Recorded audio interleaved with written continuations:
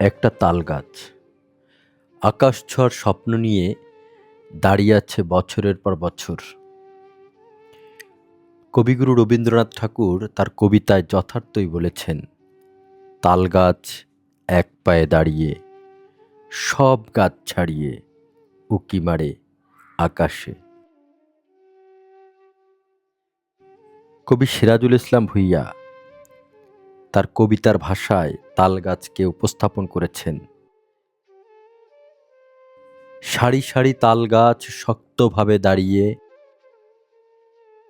আকাশ পানে তুলছে মাথা সব গাছ ছাড়িয়ে।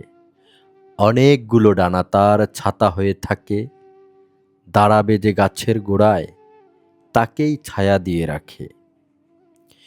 যতই আসুক ঝড় তুফান এক বিন্দুও নড়ে না, বানের ধাক্কা সামলে নেয়, জায়গা থেকে সরে না।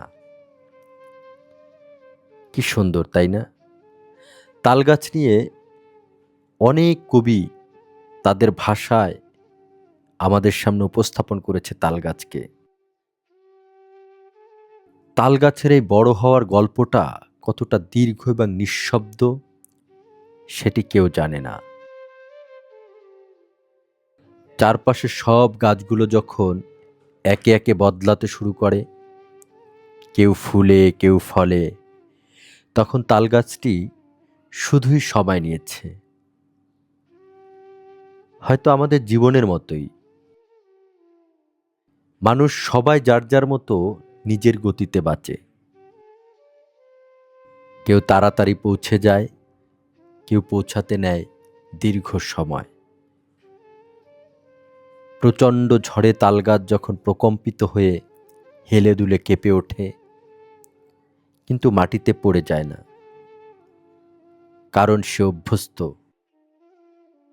তিলে তিলে গড়া শক্ত শেকড়ই তার ভরসা স্থল। একাকিত্ব তালগাছকে দুর্বল করেনি, বরং করেছে উঁচু।